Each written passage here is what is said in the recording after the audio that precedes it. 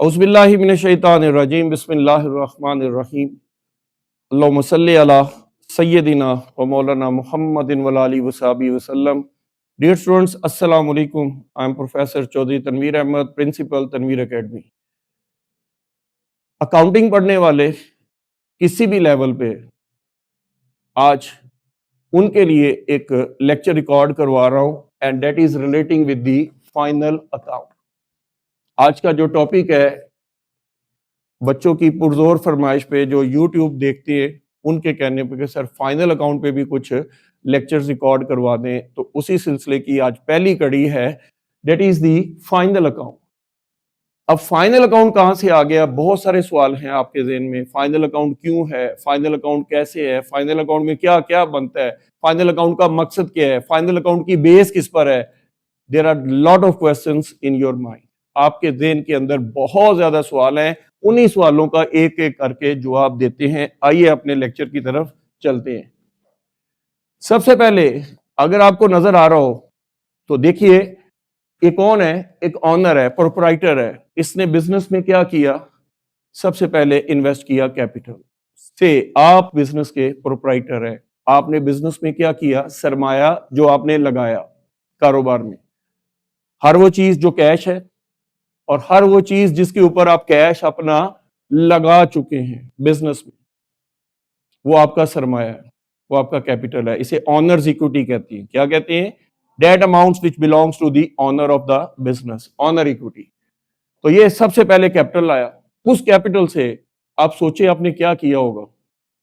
कुछ एसेट्स खरीदे होंगे, बिल्डिंग है, फर्नीचर है, मशीनरी है, इक्विपमेंट्स है। वो एसेट्स हो सकता है कि कुछ नगद हो और कुछ उधार हो। जैसे ही वो उधार बने तो क्या बन गई? हमारी लायबिलिटीज बन गई। वो लायबिलिटीज आपने by the passage of time क्या कर किया? आपने आहिस्ता आहिस्ता वो आपने पे भी किए हैं, या यूं कह लें कि कारोबार में रूटीन के हमारे एक्सपेंसेस भी हुए। वो एक्सपेंसेस, और उसके बाद expenses are the cost to produce revenue. फिर आपके पास इनकम्स हुई हैं और एंड पे आपने बिजनेस में क्या किया? 12 महीने बाद या 365 दिनों बाद या 52 हफ्तों बाद, एक साल बाद आप उसका क्या देख रहे हैं? रिजल्ट देख रहे हैं। और वो रिजल्ट क्या है? या आपकी इनकम ज्यादा है तो आपको प्रॉफिट हुआ होगा, और अगर आपके एक्सपेंसेस ज्यादा है तो आपको लॉस हुआ होगा। तो उम्मीद है ये पहली बात आपको समझ आ गई है। दूसरी बात, अकाउंटिंग साइकिल क्या है? ये अकाउंटिंग साइकिल बेटा आपको पिछले तमाम टॉपिक्स में हमने डिस्कस की है। अभी इस टॉपिक के रेफरेंस से दोबारा रिपीट कर देता हूं कि accounting cycle starts from business transactions. शुरू कहां से हो रही है? कारोबारी लेन देन से। बिजनेस ट्रांजैक्शंस रिकॉर्ड होते हैं किसमें? जर्नल में। ये भी हमने पढ़ा है, पीछे वीडियोस मौजूद हैं, बेशुमार आप लोगों को लेक्चर ऐसे दिए हुए हैं कि जिसमें आप लोग जर्नल वगैरह एकेडमी के हवाले से, जो एकेडमी के स्टूडेंट हैं वो तो जानते हैं कि काफी लेक्चर रिकॉर्ड हो चुके हैं इसके ऊपर जी। जर्नल, जर्नल से आगे लेजर्स, लेजर्स के आगे ट्रायल बैलेंस, और ट्रायल बैलेंस के एंड पे फाइनल अकाउंट। तो यहां पर हमारी अकाउंटिंग साइकिल क्या हो जाती है? मुकम्मल हो जाती है। तो अब पहला सवाल यही है, यहीं से पकड़ के मैं इसको यहां पर ला रहा हूं। Accounting cycle starts from business transactions and accounting cycle ends on final account। तो अब सवाल ये पैदा होता है, ये फाइनल अकाउंट क्या है? तो final account is a complete account, एक मुकम्मल अकाउंट का दूसरा नाम है। ये कब बनता है? दूसरा सवाल, ये कब बनता है? That account which is prepared at the end of the year. साल हमारा जो एक साल 12 महीने बाद आप देखना चाहते हैं कि आपको क्या फायदा हुआ या क्या नुकसान हुआ, ये इसका मकसद भी है। ये क्यों बनाते हैं? The object of final account is to compute the actual financial position of the business. कारोबार की हकीकी माली हालत का तखमीना या अंदाजा लगाने के लिए आप लोग क्या बनाते हैं? Final account. और इसका मकसद क्या है कि आपको क्या आपने कमाया और क्या खोया, क्या पाया और क्या खोया, यानी कितना फायदा हुआ या कितना नुकसान हुआ। तो नफा और नुकसान को मालूम करना, that is the object of the final account. या एसेट्स है, लायबिलिटीज है, उनकी पोजीशन चेक करने के लिए कारोबार की वर्थ देखने के लिए। तो ये तमाम क्वेश्चंस हैं, क्योंकि अकाउंटिंग में मैक्सिमम कितनी चीजें हैं बेटा? 4। सबसे पहले क्या आता है? कैपिटल। कैपिटल से क्या बना आगे? Assets. Assets, liabilities, expenses, income. ये कितनी चीजें हैं? इन चारों चीजों को हम फाइनल अकाउंट में ही बेस बनाए जी। तो ये देखिए इसमें क्या क्या बनता है, फाइनल अकाउंट में क्या क्या बनता है। तो फाइनल अकाउंट में बेटा जो सिंपल आपका फाइनल अकाउंट है उसमें 3 चीजें बनती हैं। Number 1 trading account, number 2 profit and loss account और नंबर 3 बैलेंस शीट। जब आप पार्ट 2 में जाएंगे तो आप लोग कंपनीज फाइनल अकाउंट पढ़ेंगे, उसमें एक एडिशनल चीज बनेगी profit and loss appropriation account. लेकिन अभी आप सिंपल फाइनल अकाउंट पढ़ रहे हैं, पार्ट 1 का फाइनल अकाउंट पढ़ रहे हैं। तो कितनी चीजें फाइनल अकाउंट की, कितनी प्रॉपर्टीज हैं? 3। पहली ट्रेडिंग अकाउंट, दूसरी प्रॉफिट एंड लॉस अकाउंट, तीसरी बैलेंस शीट। तो ये 3 प्रॉपर्टीज हैं। अब अगला सवाल है कि ये क्यों बनाते हैं ट्रेडिंग अकाउंट? ये ट्रेडिंग अकाउंट क्यों बनाते हैं? तो हम कहते हैं ग्रॉस प्रॉफिट या ग्रॉस लॉस को मालूम करने के लिए। प्रॉफिट 2 तरह के हैं, एक नाखालस मुनाफा और एक है खालस मुनाफा। नाखालस मुनाफे को हम कहेंगे मुरक्कब मुनाफा यानी ग्रॉस प्रॉफिट। और ग्रॉस लॉस अगर एक्सपेंसेस ज्यादा है जी, अगर एक्सपेंसेस ज्यादा है तो बेटा हमें लॉस होगा, और अगर इनकम ज्यादा है तो हमें क्या होगा? प्रॉफिट। तो पहली बात कि फाइनल अकाउंट की कितनी प्रॉपर्टीज हैं, कितनी चीजें बनती हैं final account? Number 1, number 2, number 3 trading account क्यों बनाते हैं? ग्रॉस प्रॉफिट या ग्रॉस लॉस को मालूम करने के जी। और प्रॉफिट एंड लॉस अकाउंट ये क्यों बनाते हैं? नेट प्रॉफिट या नेट लॉस के लिए। और तीसरी प्रॉपर्टी कौन सी है, क्यों बनाते हैं? एसेट्स और लायबिलिटीज की पोजीशन को जांचने के लिए। अब आप कहेंगे सर अगर ये 3 ही है तो 3 बनेंगी कैसे, जबकि चीजें कितनी है हमारे पास? 4। Assets, liabilities, expenses, income. ये 4 चीजें, जैसे कि मैंने सबसे पहले यही बताया। तो अब जनाब आपके पास इसका जवाब है कि ट्रेडिंग अकाउंट की जो की है that is purchase and sale. 10 रुपए की परचेज की है मिसाल है, और आपने 30 रुपीज की वो चीज बेच दी है, तो 20 रुपीज क्या होगा? Gross profit. 10 रुपए की वो चीज है से 8 रुपए की सिर्फ बिकी है वो, तो 2 रुपए क्या है? ग्रॉस लॉस है। उम्मीद है बात समझ में आ गई होगी। तो इसका मतलब है ट्रेडिंग अकाउंट बनाने के लिए क्या जरूरी है? आपके पास परचेज है, आपके पास सेल्स है, आप ट्रेडिंग अकाउंट बना सकते हैं। आपको सेल का भी नहीं पता, आपको परचेज का भी नहीं बताया जा रहा, तो आप ट्रेडिंग अकाउंट नहीं बना सकते। तो ट्रेडिंग अकाउंट का मकसद क्या है? ग्रॉस प्रॉफिट या ग्रॉस लॉस को मालूम करना। ट्रेडिंग अकाउंट का क्या मकसद है? ग्रॉस प्रॉफिट या ग्रॉस लॉस को मालूम करना। और इसकी बेस किस पर है? No purchase, no sales, no gross profit, no gross loss, no trading account. फिर प्रॉफिट एंड लॉस का मकसद क्या है? नेट प्रॉफिट या, और किसके बगैर प्रॉफिट एंड लॉस अकाउंट बन ही नहीं सकता? ग्रॉस प्रॉफिट या ग्रॉस लॉस के बगैर आप प्रॉफिट एंड लॉस अकाउंट नहीं बना सकते।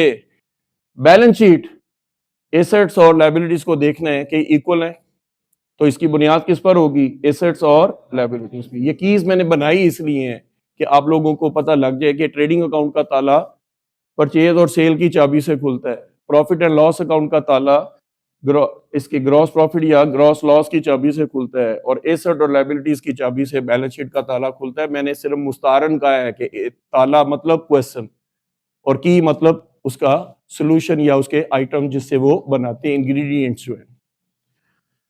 अब चलते हैं जी, आखिरी बात है।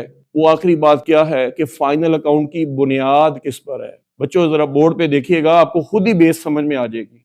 ये देखिए फाइनल अकाउंट बिल्कुल एंड है, इससे पीछे क्या था? तो फाइनल अकाउंट की बेस किस पर है? ट्रायल बैलेंस की बेस, जर्नल और लेजर। अगर टोटल ट्रायल बैलेंस बना रहे हैं तो जर्नल से बनाएंगे, और बैलेंस ट्रायल बैलेंस बना रहे हैं तो लेजर से बनाएंगे। बताइए ट्रायल बैलेंस किसकी बेस पर बनता है? लेजर्स की बेस पर। और अगर टोटल ट्रायल बैलेंस बनाना है तो जर्नल। तो लेजर्स की बेस किस पर है और जर्नल की बेस किस पर है? उम्मीद है कि आपको इसी साइकिल को शुरू भी इधर से किया था और अभी भी यही मैं बता रहा हूं कि फाइनल अकाउंट के अंदर ट्रायल बैलेंस जो है वो बेस है। No trial balance no final account. तो ट्रायल बैलेंस बेटा उसमें दो साइडें होती हैं, एक होती है डेबिट साइड और एक होती है बेटा क्रेडिट साइड। जो इस पे ट्रायल बैलेंस की डेबिट साइड होगी उसमें बिजनेस के एक्सपेंसेस दिए होंगे और बिजनेस के एसेट्स दिए होंगे, और क्रेडिट साइड पर क्या होंगी? इनकम्स होंगी और लायबिलिटीज होंगी। और as per the fundamental principle expenses और एसेट्स को इक्वल होना चाहिए इनकम और लायबिलिटीज के। All expenses and assets must be equal to income and liabilities in the trial balance. तो बेटा उम्मीद है कि आपको ट्रायल बैलेंस की दोनों साइडें समझ में आ गई होंगी। अब आते हैं कि फाइनल अकाउंट में हमें मसले क्या आएंगे। ये देखिए फाइनल अकाउंट के मसाइल बताइए कि हमें कौन कौन सी चीजें परेशान कर सकती हैं। जो बच्चे कम से कम इंटर में पढ़ चुके हैं वो तो इस चीज को अच्छी तरह से जानते हैं कि ढेर सारे एक्सपेंसेस हैं, इनकम्स हैं, एसेट्स हैं, लायबिलिटीज हैं। पता नहीं लगता कि कौन सी चीज ट्रेडिंग की है, कौन सी चीज प्रॉफिट एंड लॉस की है और कौन सी चीज बैलेंस शीट की है। मसला नंबर एक।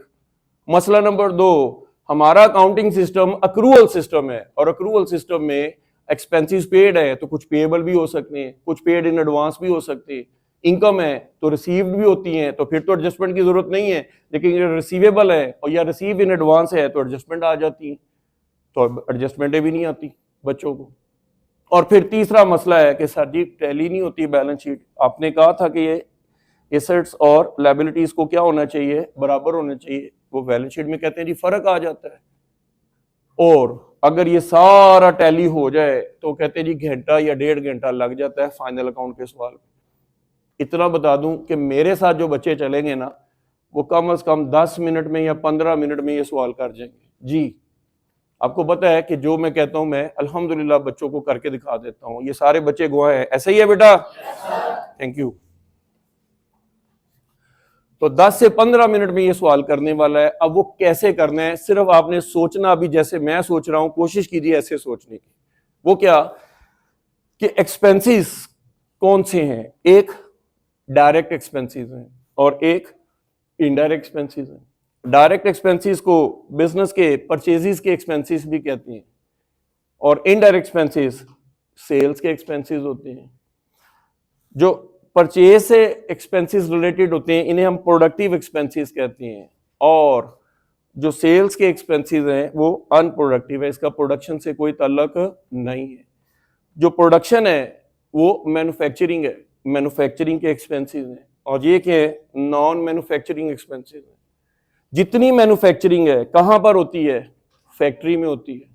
और नॉन मैन्युफैक्चरिंग हेड ऑफिस में होती है।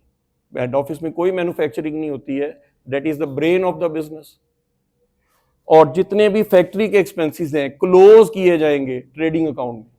मैं लफ्ज क्लोज का कह रहा हूं, रिकॉर्डिंग एंट्री नहीं, एडजस्टिंग एंट्री नहीं, क्लोजिंग एंट्री। जब हम क्लोज करते हैं तो ट्रेडिंग अकाउंट को क्या करते हैं? हम डेबिट कर देते हैं और ऑल डायरेक्ट एक्सपेंसेस को क्या कर देते हैं?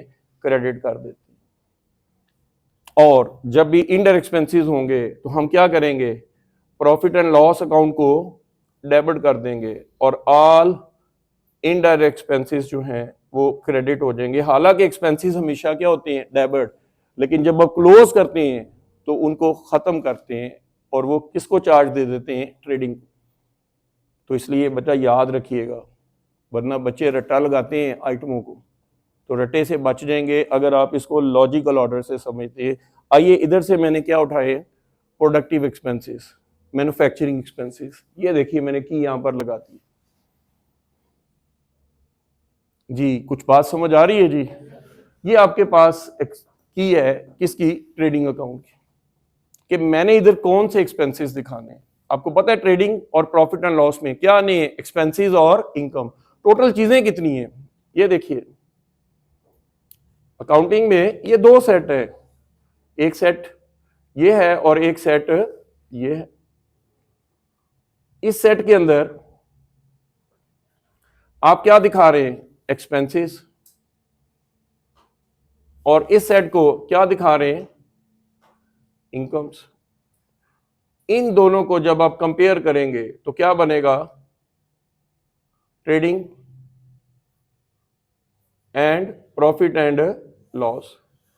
और दूसरी हिस्से में हमारे पास क्या है, एसेट्स है और लायबिलिटीज हैं।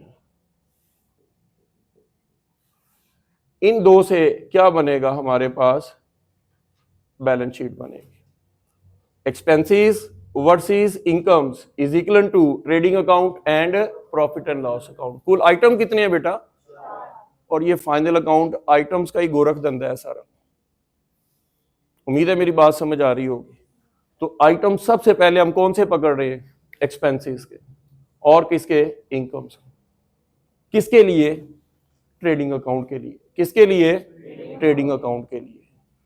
आपको पता है ये कौन सी चीज है, ये डेबिट है। तमाम एक्सपेंसेस और एसेट्स डेबिट होते हैं और तमाम इनकम्स और लायबिलिटीज हमेशा क्रेडिट होती हैं as per the fundamental principle of accounting. तो आओ बच्चों ट्रेडिंग अकाउंट की तरफ चलते हैं। अब ट्रेडिंग अकाउंट में ये कौन सी साइड है हमारे पास, डेबिट साइड, और ये कौन सी है, ट्रेडिंग अकाउंट एंट्री में क्या है, डेबिट। किसकी वजह से, कि तमाम डायरेक्ट एक्सपेंसेस हमने क्लोज किए हैं। अब मैं डायरेक्ट एक्सपेंसेस की पहचान बताने लगा हूं, जो कि पेपर में या सवाल में या आपकी प्रैक्टिकल लाइफ में वो आपको बताएगा। वो कौन से हैं, ये देखिए। सबसे पहले आप माल सपोज करें मैन्युफैक्चर करना चाहते हैं, चीजें बनाना चाहते हैं, तो आप पहले अपने स्टोर का चक्कर लगाएंगे। मैंने स्टोर का है, गोदाम नहीं कहा जी। तो स्टोर के अंदर आप रॉ मटेरियल रखते हैं, तो आपके पास अगर पिछले साल का कोई क्लोजिंग स्टॉक पड़ा हुआ है तो इस साल का ओपनिंग स्टॉक होगा। इसको इन्वेंट्री भी कहते हैं, स्टॉक भी कहते हैं और इन्वेंट्री भी कहते हैं। तो सबसे पहले मेरे पास क्या आया, मैं कहां पर हूं, स्टोर में खड़ा हूं, और मेरे पास क्या पड़ा हुआ है, पिछले साल का बचा हुआ माल पड़ा हुआ है। तो वो इस साल का क्या होगा, ओपनिंग स्टॉक। तो पहली बात याद रहेगी, कहां पर है, स्टोर में। क्या देख रहे हैं, ओपनिंग स्टॉक। क्या ये इस साल की जरूरतें पूरी कर सकता है, जवाब आया नहीं। तो कहां पर गए, मार्केट।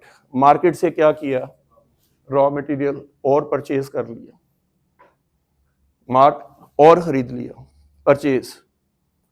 अब वो परचेज में से हो सकता है कि कुछ माल खराब हो या आपकी जरूरत से ज्यादा पे है, तो आप उसको क्या करेंगे, रिटर्न कर देंगे। तो लेस क्या करेंगे, परचेजेस रिटर्न, जिसको रिटर्न आउटवर्ड भी कहते हैं। पिछले टॉपिक्स में पढ़ा था जी आपने, तो रिटर्न आउटवर्ड भी कहते हैं। ये इसमें से क्या हो जाएगी, लेस। कितनी बातें हो गई, दो, मैंने तो तीन की।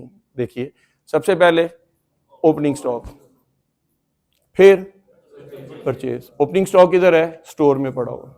परचेज कहां से की है, मार्केट से। कुछ परचेज में आप लोग ज्यादा खर्च चुके हैं या आपकी जरूरत से ज्यादा है या वो खराब माल है, तो आप उसको क्या कर देंगे, वापस कर देंगे। जब आप वापस करेंगे तो वो क्या हो जाएगी, लेस। वो क्या हो जाएगी, लेस हो जाएगी। उसके बाद उसके ऊपर कुछ खर्चे भी किए होंगे। क्यों, कि आपका माल डायरेक्ट आपके पास नहीं पहुंचा, उसको अपनी फैक्ट्री तक लाने में कोई ना कोई खर्चा वो होगा। फ्रेट है और कैरिज है। अब कहिए कैरिज और फ्रेट में क्या फर्क है, बहुत सारे बच्चे पूछते हैं कि सर फ्रेट और कैरिज में क्या फर्क है। तो बेटा याद रखिएगा, विद इन द स्टेशन, जहां पर आपकी प्रोडक्शन हो रही है वो एक स्टेशन है। तो विद इन द स्टेशन जो आपको एक्सपेंसेस हो रहे हैं ट्रांसपोर्टेशन के, वो क्या कहलाएंगे, कैरिज। क्या कहलाएंगे, या कैरिज इन या कैरिज ऑन परचेज। और आउटसाइड द स्टेशन, सपोज हम हैं इस वक्त पाकिस्तान में, लाहौर में रहते हैं, तो लाहौर में हमारी फैक्ट्री है, तो आपको लाहौर के अंदर से ही माल दस्तयाब है, तो उसके ऊपर ट्रांसपोर्टेशन जो हो रही है वो क्या कहलाएगी, कैरिज। लेकिन आप रावलपिंडी से माल ला रहे हैं, आप फैसलाबाद से माल ला रहे हैं, आप मुल्तान से माल ला रहे हैं, आप कराची से माल लाहौर में ला रहे हैं, तो ये क्या होगा, उसके ऊपर जो ट्रांसपोर्टेशन का खर्चा होगा वो क्या कहलाएगा, फ्रेट। तो उम्मीद है जी बात समझ आ गई होगी। फ्रेट आउटसाइड द स्टेशन जो ट्रांसपोर्टेशन के खर्चे हैं उनको कहेंगे, और कैरिज जो with in the station transportation के खर्चे हैं उन्हें क्या कहेंगे, कैरिज कहेंगे। अब ये दो तरह का होता है, एक ऑन परचेज और एक ऑन सेल। ऑन परचेज जो होगा वो डायरेक्ट होगा, वो कहां पर आएगा? ट्रेडिंग में। और अगर ऑन सेल होगा तो वो इनडायरेक्ट होगा, वो प्रॉफिट एंड लॉस में चला जाएगा। बेटा फाइनल अकाउंट में कितनी है प्रॉपर्टीज? पहली, दूसरी, तीसरी, तो बेटा 3 प्रॉपर्टीज हैं, याद रखिएगा। तो देखिए फ्रेट और कैरिज में फर्क समझ में आ गया जी। Within the station transportation के खर्चे, आउटसाइड द स्टेशन तो कैरिज और फ्रेट में फर्क समझ में आ गया। तो ये जनाब सबसे पहले क्या था जी? ओपनिंग स्टॉक, फिर परचेजेस, परचेजेस में से परचेज रिटर्न लेस कर दी, 3 हो गए। फिर फ्रेट, और फ्रेट के मुख्तलिफ नाम लिखे होंगे, फ्रेट इनवर्ड भी हो सकता है, फ्रेट ऑन परचेज भी हो सकता है, क्लियर जी। और कैरिज, कैरिज इनवर्ड भी हो सकता है, कैरिज ऑन परचेज भी हो सकता है। तो कितने हो गए? 5।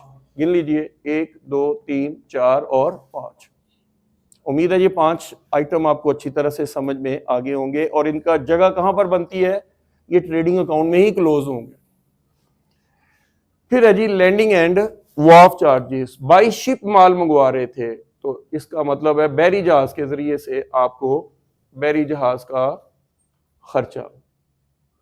लैंडिंग एंड बहरी जहाज के ऊपर माल मंगवा रहे हैं तो वो क्या होगा? Landing and wharf charges. अब वो जो शिप है वो कहां पर आता है? डॉक पे। क्या आता है? डॉक पे। डॉक क्या है? बंदरगाह। तो बंदरगाह के ऊपर भी हमारे कुछ खर्चे हो सकते हैं, तो उसे क्या कहेंगे? Dock charges. क्या कहेंगे? शिप का जो खर्चा है वो क्या है? और सी रूट के एक्ट के तहत जो भी माल आप समुद्री रास्ते से मंगवाएंगे उसकी इंश्योरेंस लाजमी है, उसकी इंश्योरेंस लाजमी है, तो उसे कहेंगे मरीन इंश्योरेंस। मरीन क्या होता है? आबी, पानी वाली, जो पानी के जरिए से, पानी यानी रास्ता है, समुद्र रास्ता है, दरिया रास्ता है, तो उसकी जो इंश्योरेंस होती है उसको हम कहते हैं मरीन इंश्योरेंस। क्या कहते हैं? Marine insurance. तो कितने हो गए? पहले 5 थे, 2 और आ गए। 2 कौन से और आए? लैंडिंग एंड वाफ चार्जेस और मरीन इंश्योरेंस। कितने हो गए? 7। 8वां है हमारे पास इंपोर्ट ड्यूटी। तो मैं बीच बीच में से पूछ सकता हूं जी बेटा पहला कौन सा है? साथ साथ समझते जाइए। पहला ओपनिंग स्टॉक, क्या इस साल की जरूरतें पूरी कर सकता है? कहां गए? मार्केट में। क्या किया?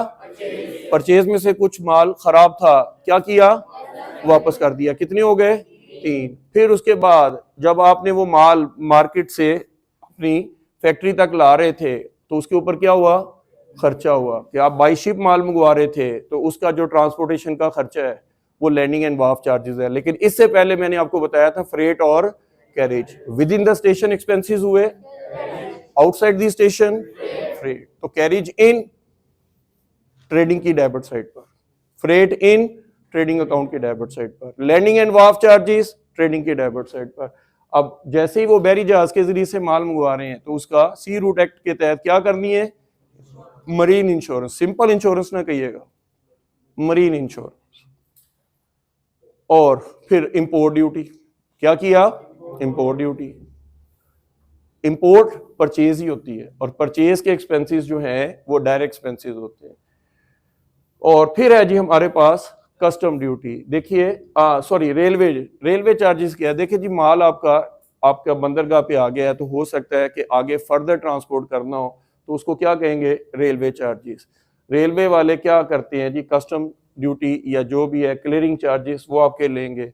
और अगर आपका माल रास्ते में है तो ये बाई रोड अगर आप माल लेके जाते हैं तो एक जिले से दूसरे जिले की हदूद में जब आप एंटर होते हैं तो आपको महसूल देना पड़ता है। उस महसूल को हम कहेंगे ऑक्ट्राई। क्या कहेंगे? माल बरदार जो गाड़ियां हैं वो रास्ते में महसूल देती हैं। आपने अक्सर देखा होगा हाईवेज के ऊपर वो चुंगी आ जाती है वहां पर। मसलन लाहौर के अंदर आप हैं रहते हैं तो आपने मजंग चुंगी नाम सुना होगा, चुंगी दोगैज सुना होगा आपने, ठीक है जी। कैंची चुंगी अमीर सदू ये भी आपने सुना होगा। ये हमारे यहाँ पर 3 चुंगियां हैं जनाब। तो ये जनाब ऑक्ट्राई है, महसूल चुंगी है, वो आपको देनी पड़ेगी। फिर स्लो मूविंग व्हीकल्स का जो किराया होता है, स्लो मूविंग कौन सी है? बैलगाड़ी, गधा गाड़ी, ऊंट गाड़ी, रेड़ा, और इवन कई बंदे ऐसे हैं जो हाथ से रेड़ी को खींच रहे होते हैं, तो उन्हें क्या कहते हैं? कार्टेज। उन्हें क्या कहते हैं? स्लो मूविंग व्हीकल्स का किराया, छकड़ा इसे कहते हैं जी उर्दू में अगर हम कहेंगे। कार्टेज, स्लो मूविंग व्हीकल्स की ट्रांसपोर्टेशन, ये क्या है? कार्टेज। फिर माल आपका फैक्ट्री के दरवाजे पर आ गया तो उसको क्या कर रहे हैं? स्टोर में रख रहे हैं, तो उसे कहेंगे अनलोडिंग एक्सपेंसेस। तो बच्चों ये सारे परचेज के एक्सपेंसेस थे, ये आ गए यहाँ। लो सर, मटेरियल मुकम्मल हो गया, अब मटेरियल के ऊपर हम क्या लगाएंगे? लेबर लगाएंगे जी। मैन्युफैक्चरिंग के अंदर हम क्या लगाएंगे? मटेरियल के बाद लेबर लगाएंगे। तो लेबर क्या है? जो मैनुअल सर्विसेज का रिवॉर्ड है वो वेजेस है, और जो मेंटल सर्विसेज का रिवॉर्ड होता है वो सैलरीज होता है। डेली बेसिस पे ज्यादातर देते हैं वेजेस, और मंथली बेसिस पे सैलरीज। ये हमारे यहाँ पर कंसेप्ट पाए जाते हैं, माइट भी कुछ मुख्तलिफ जगहों पे ये कंसेप्ट डिफरेंट हो सकते हैं, लेकिन जो आपके मोस्टली जो यूज होते हैं वो मैंने आपको बता दिए। वेजेस, वेजेस को हम वेजेस एंड सैलरीज कह सकते हैं। अब कहिए जी वेजेस एंड सैलरीज क्यों कहा है? भाई वेजेस लेने वाले ज्यादा हैं और सैलरी लेने वाले थोड़े हैं, तो इसका मतलब है वेजेस लेने वाले कहां पर ज्यादा काम करेंगे? फैक्ट्री। और सैलरी लेने वाले क्या है कि जनाब ये भी सुपरवाइजर हो सकता है, ये फोरमैन हो सकता है, तो ये जनाब हमारा सैलरीज है जनाब। ठीक है जी। प्रोडक्टिव वेजेस, ये देख लें, प्रोडक्टिव एक्सपेंसेस या मैन्युफैक्चरिंग वेजेस, ये सब कहां पर आने हैं? ट्रेडिंग अकाउंट में आने हैं। तो याद रखिएगा, वेजेस या वेजेस एंड सैलरीज या प्रोडक्टिव वेजेस या मैन्युफैक्चरिंग वेजेस या डायरेक्ट वेजेस, डायरेक्ट एक्सपेंस है, तो इसलिए ट्रेडिंग अकाउंट की डेबिट साइड पर आ जाएगा। ले सर, मटेरियल भी लग गया, लेबर भी लग गई, अब उसके बाद फैक्ट्री ओवरहेड, कुछ ओवरहेड्स हैं। मिसाल के तौर पर मोटी पावर है। मोटी पावर क्या है? जिससे चीजों को हरकत दी जाती है, मशीनें जिससे हरकत में आती हैं। कोल एंड कोक है, सोलर है, ठीक है जी, गैस चार्जेस है, फ्यूल यूज है, वाटर चार्जेस है, ये सारे क्या हैं? हमारी मोटी पावर है। तो ये भी आपके एफओएच भी लग गए। कुछ फैक्ट्री के एक्सपेंसेस हैं जिसे रेंट वगैरह हो सकता है, वो भी आपके हैं। तो ये जनाब हमारे मैक्सिमम एक्सपेंसेस हैं तकरीबन जो देखने में आया है। पेपर्स को भी देखें, बुक्स को भी देखें, तो मोस्टली इन्हीं में से ज्यादातर आपको वो पूछता है। तो उम्मीद है बच्चों आप इसको अच्छी तरह से समझ रहे होंगे। बेटा कमेंट जरूर किया करें, उससे हमें पता लगता है कि आपकी कोई डेफिशिएंसी है, तो नेक्स्ट वीडियो में हम उस डेफिशिएंसी को भी कवर कर देंगे इंशाल्लाह। क्रेडिट साइड पर आए तो क्या आ जाता है जी? सेल्स। क्यों? ये हमारी डायरेक्ट इनकम है, और बगैर सेल और बगैर परचेज के ट्रेडिंग अकाउंट नहीं बन सकता। तो लिहाजा सेल्स जो है वो आपकी यहाँ पर दिखाएंगे, और उसमें से सेल रिटर्न को क्या करेंगे? माइनस करेंगे, या रिटर्न इनवर्ड को माइनस करेंगे, तो ये नेट सेल आ जाएगी यहाँ पर। और फिर ओपनिंग स्टॉक ट्रेडिंग की डेबिट में था, तो क्लोजिंग स्टॉक किधर जाएगा? ट्रेडिंग अकाउंट की क्रेडिट साइड पर। जो माल गनीमत यानी माल बच गया तो वो इधर क्रेडिट साइड पर चला जाएगा। ठीक है जी। अब इसके बाद इसका रिजल्ट देखना है। रिजल्ट क्या है? अगर क्रेडिट साइड बढ़ी है तो हमें क्या हो जाएगा? प्रॉफिट। तो ये कौन सा प्रॉफिट है? Gross profit. और अगर डेबिट साइड बढ़ी है तो क्या हो जाएगा? ग्रॉस लॉस होगा। तो बेटा यहां तक आप नोट कर सकते हैं। अब नेक्स्ट जो मैं आपको लेक्चर दूंगा उसमें आपने ट्रेडिंग अकाउंट बनाना है। टेक योर टाइम, इसको नोट फरमा लीजिए।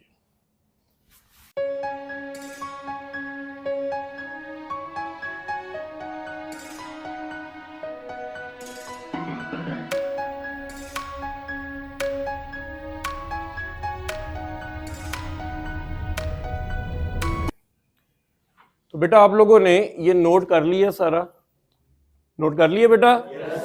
अब आप लोगों को सवाल बनाना सिखाते हैं कि इसका ट्रेडिंग अकाउंट आप लोग कैसे बनाएंगे। होगा क्या बेटा? इसमें आइटम नहीं आते हैं, तो आइटमों के साथ तो हमने दोस्ती कर ली है। ये पहला मसला हल करने लगा आपका, तैयार हो जाए। प्रिपेयर अ ट्रेडिंग अकाउंट, सवाल कैसे बनता है? तो जो फरमाइए।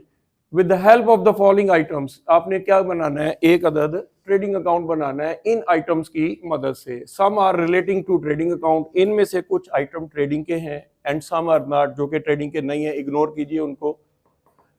ठीक है जी। तो अब देखिए कैपिटल सरमाया ऑनर इक्विटी है, ट्रेडिंग में आएगा? नहीं आएगा, साथ साथ बताते जाइएगा। ड्राइंग्स ऑनर इक्विटी में से लेस होती है बैलेंस शीट के अंदर, नहीं आएगा। ओपनिंग स्टॉक, बिल्डिंग एसेट है, एसेट की कोई गुंजाइश है?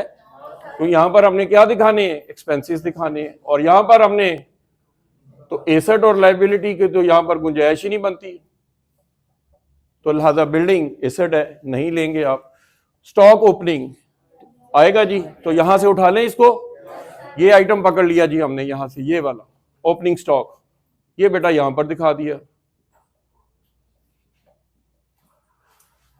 अब बच्चे कह रहे हैं सर ये 2 लिखा हुआ है, बेटा ये 2 नहीं है, ये 2000 है। ये देखिए ये 2 है ना, तो ऊपर वाले 3 जीरो ऐड करेंगे तो ये क्या होगा? 2000। तो कई दफा पेपर में ऐसे भी दे देता है कि वो कहता है जी ऑल वैल्यूज आर इन 1000, तो ये 2 नहीं है, ये 2000 है। अगर मैं इधर 1 लिखूं तो वो 1000 है, अगर मैं इधर 10 लिखूं तो इधर 10000 बन जाएगा। उम्मीद है बात समझ आ गई जी। स्टॉक क्लोजिंग है जी, इसको भी उठा लें जी, यहां से लें जनाब, यहां से हमने उठा लिया। और ये क्लोजिंग स्टॉक ट्रेडिंग अकाउंट की क्रेडिट साइड पर चला जाएगा विद एन अमाउंट ऑफ ₹1000। ये मैं 1 लिखा है तो बच्चों ने फौरन कहा है बिल्कुल ठीक है, शाबाश। परचेजेस हमारे मतलब का आइटम है, क्यों? परचेज और सेल के बगैर तो ट्रेडिंग अकाउंट बनता ही नहीं है। ट्रेडिंग अकाउंट का जो ताला है वो कौन सी चाबी से खुलता है? परचेज और सेल जब तक नहीं होंगी ट्रेडिंग अकाउंट आप नहीं बना सकते। याद रखिएगा, ट्रेडिंग अकाउंट परचेज और सेल के बगैर नहीं हो सकता। तो परचेजेस उठा लें जी यहां से, रकम 8 नहीं है, 8000 है। परचेजेस 8, और इसमें से परचेज रिटर्न क्या होती है? लेस होती है। रिटर्न आउटवर्ड भी कह सकता है, रिटर्न आउटवर्ड भी कह सकता है, वो आपको पता ही है, वो आगे आएगी, देखते हैं। इसी तरह से सेल्स जी, सेल्स कहां पर दिखाएंगे? ट्रेडिंग की डेबिट साइड पर कि ट्रेडिंग की क्रेडिट साइड पर? ट्रेडिंग अकाउंट की क्रेडिट साइड पर। कितनी है बेटा? 30। अगर मैं 30 लिखूंगा तो ये 30,000 हो जाएगा। और इसमें से क्या करेंगे आप? इसमें से आप माइनस करेंगे सेल्स रिटर्न। और सेल रिटर्न का दूसरा नाम क्या है? Returns inward. बेटा आउटवर्ड परचेज रिटर्न है, रिटर्न इनवर्ड। तो ये देखिए रिटर्न इनवर्ड कितनी है, बताइए। रिटर्न इनवर्ड किसका दूसरा नाम है? ये पीछे आप पढ़ के आ रहे हैं जर्नल वगैरह से। तो ये देखिए ₹1 की ये माइनस हो जाएगी 29 आउटर कॉलम में। 30 की क्या थी? सेल थी। 1000 की वापस कर दी, बाकी 29,000 रह गई। आ गया जी रिटर्न आउटवर्ड, किसका दूसरा नाम है? परचेजेस रिटर्न का। कितना है जी? रिटर्न आउटवर्ड ₹2 की, तो ये आउटर कॉलम में ₹6000 आ गया। सैलरीज एंड वेजेस और वेजेस एंड सैलरीज, अभी बताया था मैंने आपको, सैलरी लेने वाला तबका ज्यादातर हेड ऑफिस में और वेज लेने वाला फैक्ट्री में। तो लिहाजा सैलरीज एंड वेजेस को हम इग्नोर कर रहे हैं, प्रॉफिट एंड लॉस का आइटम है। कौन सा आइटम लेंगे? Wages and salaries. तो ये जनाब आप यहां पर ले आएंगे वेजेस एंड, कितने की है? ₹2000 की। 2 लिखा हुआ है तो इसका मतलब है 2000 सही पढ़ रहे हैं। रेंट खाली लिखा हुआ है तो ये तो हेड ऑफिस देता है, रेंट रेट्स एंड टैक्सेस। और अगर फैक्ट्री रेंट है तो ये हमारे मतलब का आइटम है। उठा लें जी यहां से इसको। तो यहां पर हम क्या लिख रहे हैं? Factory rent. कितने है जी? 1 है, तो 1 मीन 1000। इसी तरह से कोल एंड कोक है, तो कोयला वगैरह कहां पर इस्तेमाल होती है? गैस कहां पर इस्तेमाल होती है? तो ये फ्यूल वगैरह, एनर्जी वगैरह कहां पर इस्तेमाल होती है? फैक्ट्री में। तो ये फैक्ट्री का आइटम है, कहां पर आएगा? कोल एंड कोक, मोटी पावर। नेक्स्ट है जी मशीनरी, एसेट है। एसेट के आइटम वहां पर कोई गुंजाइश नहीं है। बैड डेट्स हेड ऑफिस का खर्चा है, सेल उधार पे की थी, पैसे रिकवर नहीं हुए। फ्रेट इन है तो परचेज पर है, फ्रेट आउट है तो सेल पर है। तो फ्रेट इन लें कि फ्रेट आउट लें? फ्रेट इन लेंगे, तो फ्रेट इन यहां पर आ जाएगा जी। कितने जी? ₹2 का, 2000 हो गया। देखिए फ्रेट इन हमारे मतलब का आइटम है, उठा लिया। फ्रेट आउट सेल के ऊपर होता है, तो लिहाजा ये हम इग्नोर करेंगे फिलहाल यहाँ पर। कैरिज दो तरह का है, या कैरिज इन होगा या कैरिज आउट होगा। कैरिज इन होगा तो ये ट्रेडिंग अकाउंट में आएगा जी, यहां पर जी कैरिज इन या कैरिज ऑन परचेज या कैरिज डायरेक्ट भी कह सकता है। 1 रुपया जी यानी 1000 है जी। अपने मतलब के आइटम उठा रहे हैं जिनको मैं टिक करता जा रहा हूं, ये सारे ट्रेडिंग के आइटम आ रहे हैं आपके। इंश्योरेंस सिंपल इंश्योरेंस है, मरीन इंश्योरेंस तो नहीं है, इग्नोर करें। मरीन इंश्योरेंस आ गई, पिक कर लें जी, ये मरीन इंश्योरेंस यहां पर आ गई।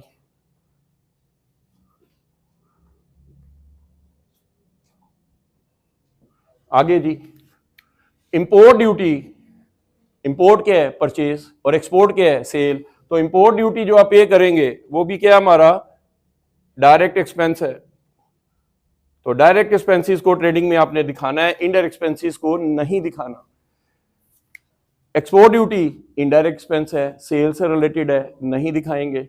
डेटर्स एसेट्स हैं, क्रेडिटर्स लायबिलिटी हैं, एसेट और लायबिलिटीज की कोई गुंजाइश नहीं है। बिल रिसीवेबल एसेट्स हैं, बिल पेएबल लायबिलिटीज हैं, कैश इन हैंड एसेट है, कैश एट बैंक एसेट्स है। लीगल एक्सपेंसेस हेड ऑफिस का काम है, ये करते हैं, हेड ऑफिस करता है, तो इसलिए इसका फैक्ट्री के साथ कोई ताल्लुक नहीं है।